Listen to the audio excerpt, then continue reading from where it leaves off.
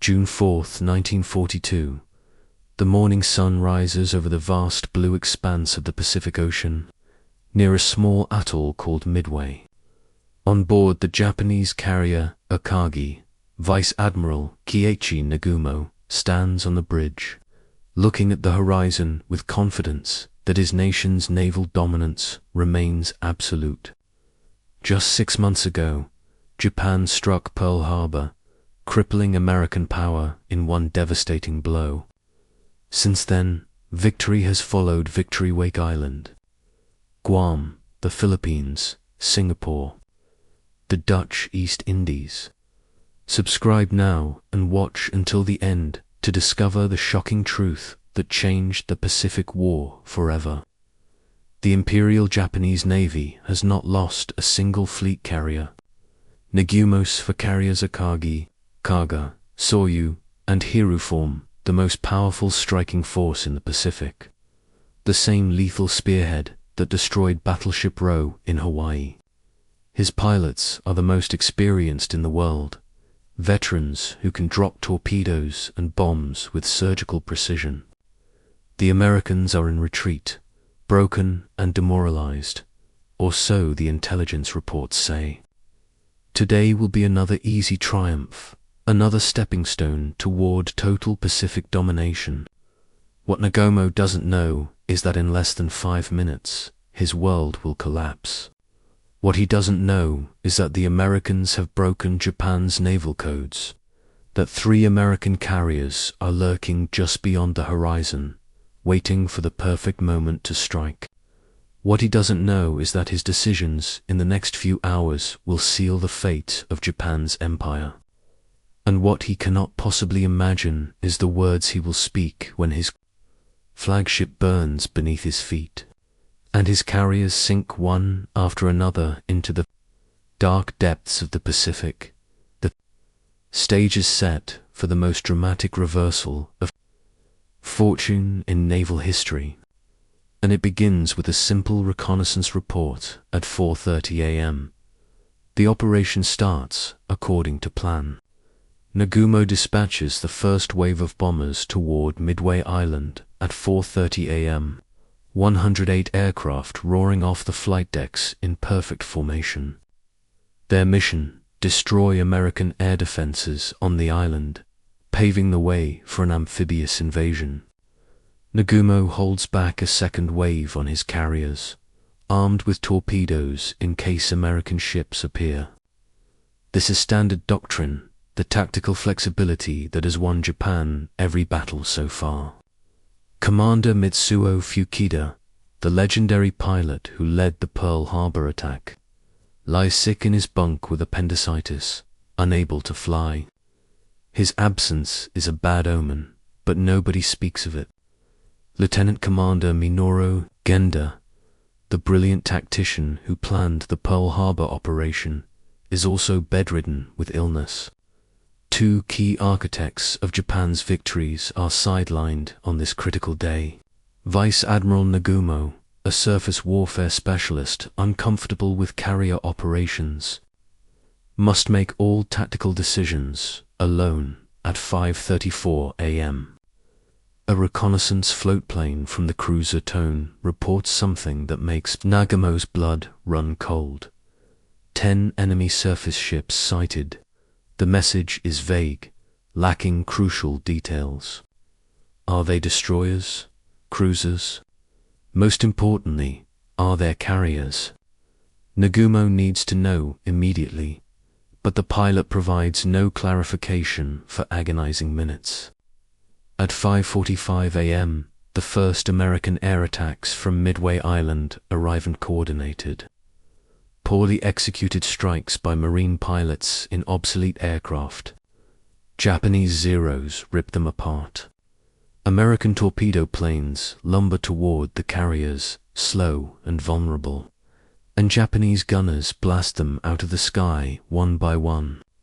It looks like a massacre, exactly what Nagumo expects.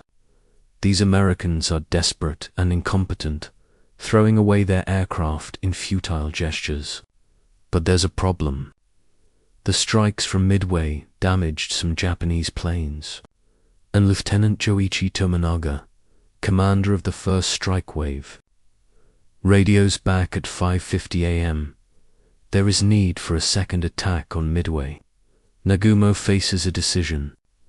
His second wave sits on the hangar decks armed with torpedoes, ready for enemy ships.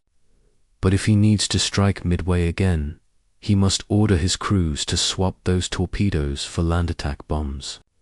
It's a time-consuming process. At least an hour of dangerous work in cramped hangars filled with fuel and ammunition. At 7:15 a.m., the reconnaissance plane from Tone finally provides clarity. Enemy ships are accompanied by what appears to be a carrier. One word changes everything. A carrier means American dive bombers and torpedo planes. A carrier means a threat to his own ships. Nagumo immediately orders his crews to stop changing weapons and rearm the planes with torpedoes again. Chaos erupts below decks. Mechanics frantically disconnect bombs and roll out torpedoes while fuel hoses snake across the hangars. The first strike wave returns at 8:30 a.m., low on fuel, shot up and damaged, desperate to land. Nagumo cannot launch an attack while recovering aircraft flight decks must be clear. He makes the only decision possible. Land the returning planes first, refuel and rearm them, then launch everything at once in a massive coordinated strike that will overwhelm the American carrier. It's sound doctrine, the same approach that has worked at Pearl Harbor and throughout the conquest of Southeast Asia. But it requires time, and time is the one thing Nagumo doesn't have. By 9:18 a.m., the flight decks are crammed with aircraft being refueled. Torpedoes and bombs are stacked on the hangar decks. Fuel lines run everywhere. The carriers are floating bombs, and every officer knows it.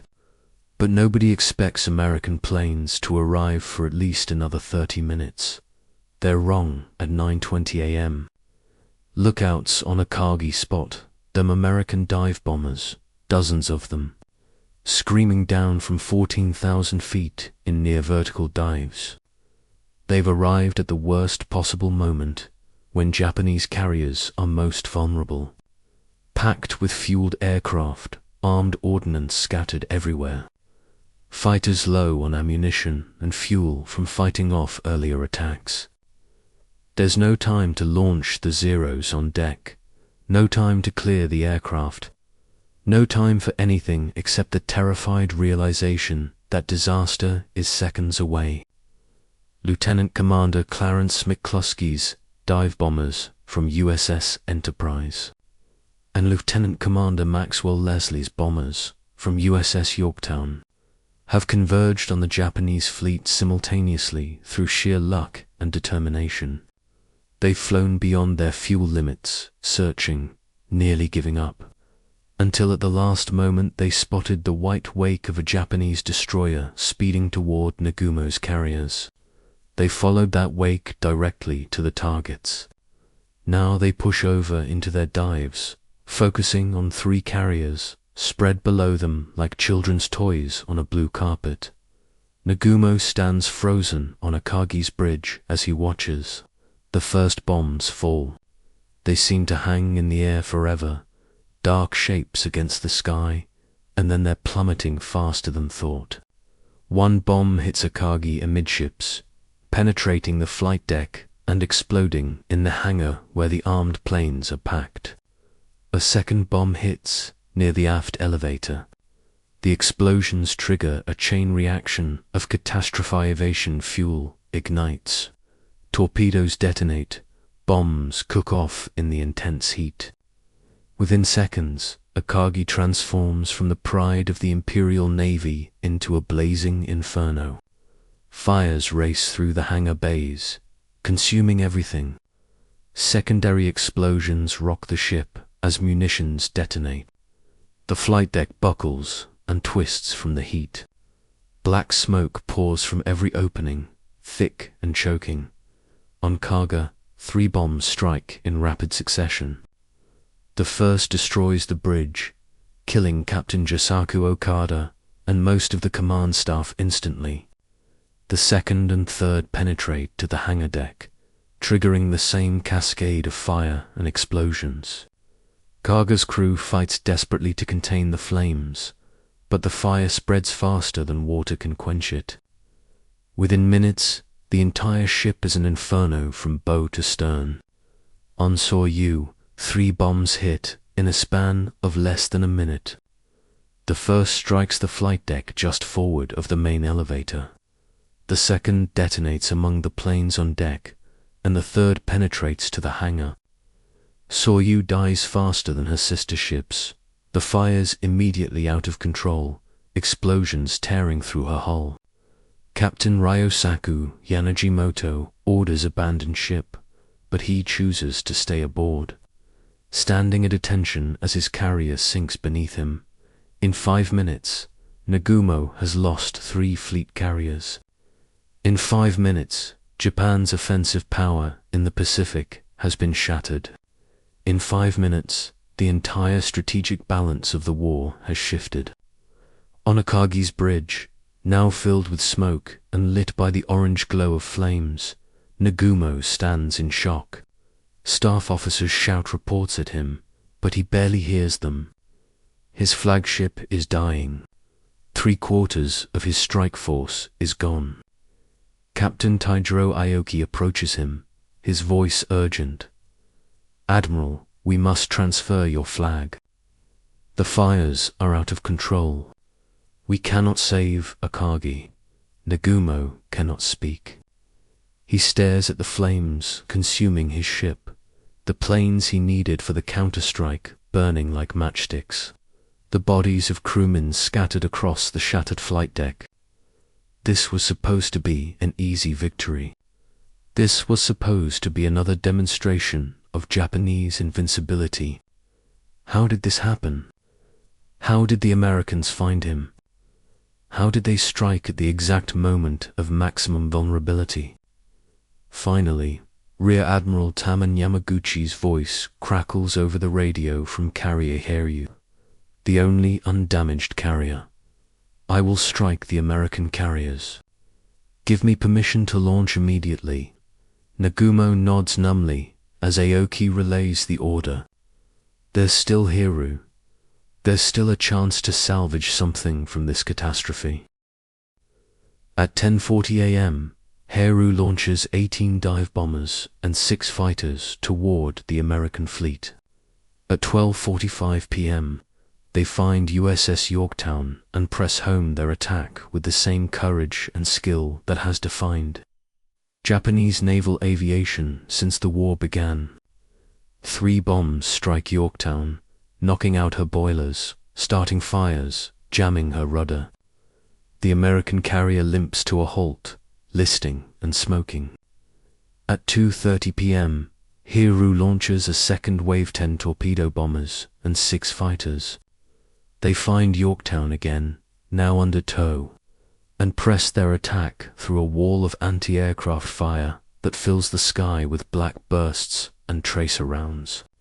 2 torpedoes slam into Yorktown's port side. She lists dangerously. Captain Elliot Buckmaster orders abandon ship. Hiryu has struck back. Hiryu has damaged or possibly sunk an American carrier. But it's not enough. It will never be enough. At 5:03 p.m., American dive bombers find Hiryu. The same scenario plays out again, planes caught on deck. Fuel and ordnance everywhere. No time to react. For bombs hit in rapid succession. Fires erupt through the ship. Explosions tear through the hangar bays. Admiral Yamaguchi, the brilliant and aggressive officer who might have won this battle if he had been in command, sends a final message to Admiral Yamamoto aboard the super battleship Yamato. Hundreds of miles away, fires are raging aboard Hiryu. "We are abandoning ship." Then he and Captain Tomio Kaku stand on the bridge, refusing to evacuate, choosing to go down with their ship. By 7 p.m., All 4 of Nagumo's carriers are burning hulks or have already slipped beneath the waves. Akagi continues to burn through the night, her hull glowing red from internal fires. At 5 a.m. on June 5th, Japanese destroyers fire torpedoes into her to prevent capture. She sinks with her battle flag still flying. Kaga has already gone down, taking 800 men with her. Soryu has already vanished into the depths. Hiryu burns until 9 a.m. before she finally capsizes and sinks. In less than 24 hours, Japan has lost 4 fleet carriers, 248 aircraft, and over 3,000 experienced pilots and crew losses that can never be replaced. The Americans lose Yorktown, torpedoed again by a Japanese submarine on June 6th, before sinking on June 7th, along with 147 men and approximately 150 aircraft. It's a painful loss, but America's industrial capacity can replace ships and planes in months. Japan cannot. Japan will never recover from Midway. On board Yamato, Admiral Isoroku Yamamoto receives the reports in silence. He has commanded from hundreds of miles away, dividing his forces into multiple groups spread across the Pacific, withholding his battleships from the fight, keeping his own aircraft carriers separate from Nagumo's strike force. His overly complex battle plan has collapsed, and the Americans have exploited every mistake. Yamamoto sits alone in his cabin, refusing visitors, staring at nothing. When his chief of staff enters with confirmation that all 4 carriers are lost, Yamamoto speaks quietly, his voice carrying the weight of strategic understanding. I have no expectation of success. These are nearly the same words he used before the war, when he told Prime Minister Fumimaro Kano in the first 6 to 12 months of a war with the United States and Great Britain, I will run wild and win victory upon victory. But then, if the war continues after that, I have no expectation of success. Exactly 6 months after Pearl Harbor, his prediction has come true. The 6 months of running wild are over. The decisive battle he hoped would force American surrender has instead become Japan's first major defeat. On the shattered bridge of what remains of the destroyer carrying Nagumo away from his sinking flagship, staff officers try to analyze what went wrong. Nagumo himself speaks only one sentence: very bad luck. Very bad luck, but it wasn't luck. It was intelligence. The Americans had broken Japan's naval codes and knew the attack was coming. It was strategic over Riki Yamamoto's plan was too complicated, spreading his forces too thin. It was tactical inflexibility and Nagumo's inability to adapt to changing circumstances and his hesitation at critical moments. It was timing. The Americans struck at the precise instant of maximum Japanese vulnerability. It was courage. American pilots pressing home attacks against overwhelming odds. Torpedo squadrons flying to their deaths to pull Japanese fighters down to sea level so the dive bombers could strike unopposed. Captain Aoki, who supervised Nagumo's evacuation from Akagi, later recorded what he observed. Admiral Nagumo stood watching the fires consume Akagi without speaking. When I urged him to transfer to another ship, he said only, "I cannot leave my flagship." He had to be physically moved off the ship. Rear Admiral Tamon Yamaguchi, before he went down with Hiryu, sent a final communication that was never meant to be public. "I am alone responsible for the loss of Heru and Soryu. I shall remain aboard to share the fate of this ship."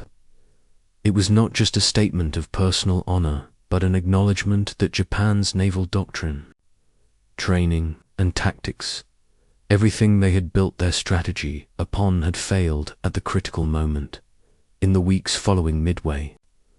When the survivors returned to Japan, the Imperial Navy attempted to suppress the truth.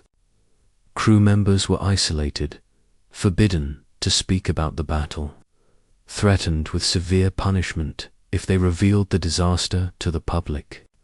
The newspapers reported a great victory. The families of the dead were told their loved ones died heroically in a successful operation. But behind closed doors at Naval General Staff Headquarters in Tokyo, the admirals confronted reality. At a classified debriefing on June 15, 1942, Vice Admiral Nagumo presented his report. When questioned about his decision to rearm aircraft, he responded with brutal honesty. "I made the best decision possible with the information available at the time. The enemy's timing was impossible to predict. We were caught between two necessities: strike Midway or strike the carrier. I chose to do both, and it cost us everything." Admiral Osami, Chief of the Naval General Staff, listened to the complete report and then spoke words that were recorded in classified minutes only discovered decades later. "We have lost the initiative. From this point forward, we will be reacting to American movements, not dictating them." The war in the Pacific has fundamentally changed, but perhaps the most revealing statements came from mid-level officers who survived. Commander Mitsuo Fuchida, the Pearl Harbor strike leader who missed the battle due to illness, interviewed survivors for weeks and wrote a classified after-action report that included this observation. The officer spoke of a certainty that vanished in 5 minutes. Before the American bombs hit, they believed Japan was invincible. After, they knew we could lose the war. That psychological shift was as devastating as the physical losses. A nameless staff officer on Akagi, quoted in post-war interviews conducted by American historians, said, "When the first bomb hit, I thought it was a single lucky strike. When the second hit, I realized we had made a terrible mistake. When I looked across the water and saw Kaga and Soryu also burning, I knew the war was lost. Not today, not this year, but eventually." That knowledge was worse than the fire. Admiral Yamamoto never spoke publicly about Midway. He remained Commander-in-Chief of the combined fleet, directing operations for another 10 months until American P-38 fighters intercepted and shot down his transport plane on April 18, 1943, after American codebreakers decoded his itinerary. But those close to him observed changes. His personal physician noted that after Midway, Yamamoto suffered from insomnia and loss of appetite. His communications officer recorded that the admiral spent hours alone in his cabin, writing letters that were never sent. One such letter, discovered in Yamamoto's effects after his death, was addressed to Prime Minister Hideki Tojo, but never delivered.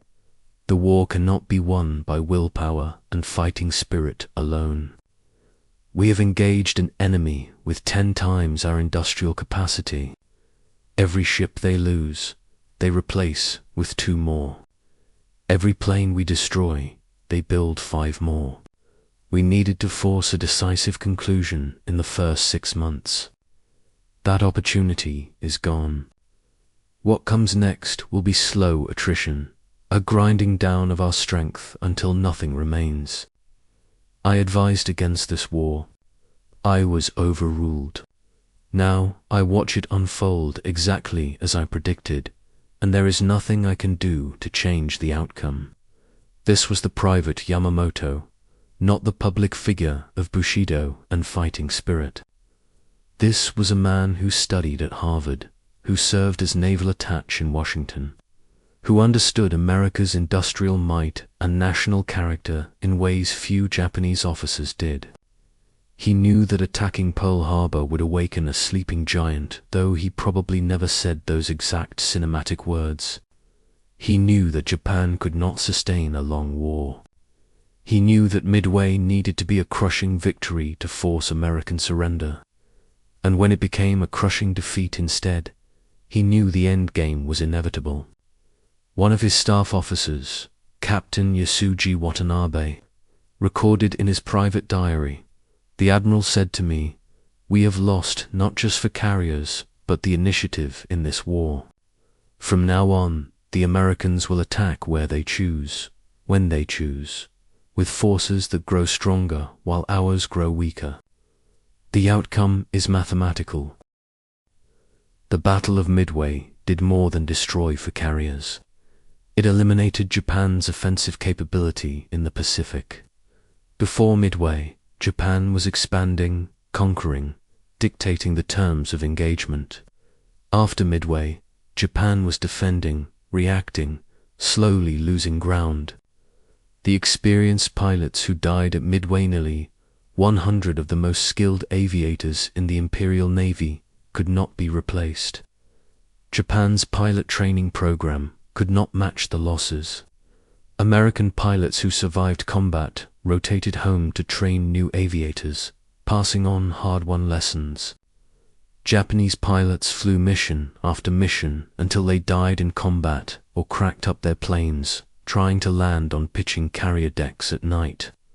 The carriers themselves could not be replaced at a rate matching American construction. When Midway began, Japan had 6 fleet carriers operational. When it ended, they had to. America lost Yorktown but still had Enterprise and Hornet, with Essex-class carriers already under construction, larger, faster, carrying more aircraft than any Japanese carrier. By 1944, America would have over 24 fleet carriers in the Pacific. Japan would struggle to field 5. The battle also broke something intangible, the aura of Japanese invincibility. Before Midway, Japanese forces won victory after victory against Western colonial powers. The British, Dutch, and American forces in Asia collapsed before the Japanese advance. That string of successes created a psychology of superiority, a belief that Bushido and fighting spirit would overcome material disadvantages. Midway shattered that belief. Japanese officers who survived Midway saw American pilots press home attacks against overwhelming defensive fire. They saw American damage control teams save Yorktown even after multiple bomb and torpedo hits. They saw American cryptanalysts outthink Japanese naval intelligence. They saw American industrial power replacing losses faster than combat could inflict them. The survivors brought that knowledge back to Japan, and though officially suppressed, the truth spread through the officer corps in whispers and private conversations. From June 1942 onward, perceptive Japanese officers knew they were fighting a war they could not win. For the next 3 years, Japan fought on, not because victory was possible, but because surrender was unthinkable. The code of Bushido demanded fighting to the last breath, accepting death before dishonor. Admiral Yamamoto continued directing operations, trying to achieve tactical victories that might create an opportunity for a negotiated peace. Knowing that unconditional surrender would eventually come, he moved his headquarters forward to Rabaul, to be closer to the fighting in the Solomon Islands. He planned aggressive operations to disrupt American advances. He flew to frontline bases to boost morale. And on April 18, 1943, 16 American P-38 Lightning fighters intercepted his transport plane over Bougainville Island and shot it down over the jungle. The Americans had decoded the transmission detailing his flight plan, just as they decoded the orders for Midway. Yamamoto died as he predicted Japan would die outmaneuvered, outproduced and overwhelmed by an enemy he understood too well. Nagumo survived Midway but never recovered from the disaster. He commanded carrier forces in subsequent operations, but was increasingly sidelined as younger, more aggressive officers took command roles. In July 1944, during the Battle of Saipan, Nagumo served as commander of the local naval garrison. When American forces overran the island, he committed ritual suicide rather than face capture. The man who commanded at Pearl Harbor and Midway died in a cave on a distant island, a symbol of Japan's strategic collapse. The other admirals who spoke those words of confusion, despair, and grim acceptance mostly died before the war ended. Rear Admiral Yamaguchi went down with Hiryu, Vice Admiral. Nagano died in 1947 while awaiting trial for war crimes. Captain Watanabe survived to record his memories of Yamamoto's private despair. Commander Fukida survived to become a Christian missionary, speaking about reconciliation and the futility of war. The carriers burned into wreckage at the bottom of the Pacific have been discovered by deep-sea exploration teams in recent decades. They sit upright in the darkness, 16,000 feet below the surface, preserved in the cold and pressure, silent monuments to the battle that changed everything. The aircraft lie scattered around them, frozen in their final moments. The human remains are long gone, consumed by the ocean, but the ships remain, testimony to decisions made in seconds that determined the fate of nations. What did Japanese admirals say when Midway turned into a disaster? They said the war was lost. They said luck had abandoned them. They said they had no expectation of success. They said very bad luck, again and again, because acknowledging the truth that they were outfought, outhought, and outproduced was too painful to bear. But luck had nothing to do with it. The Battle of Midway was decided by intelligence, by American codebreakers who gave Admiral Nimitz the priceless advantage of knowing where and when the Japanese would strike.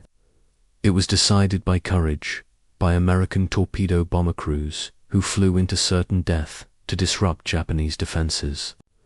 It was decided by timing, by dive bombers arriving at the precise moment when Japanese carriers were most vulnerable.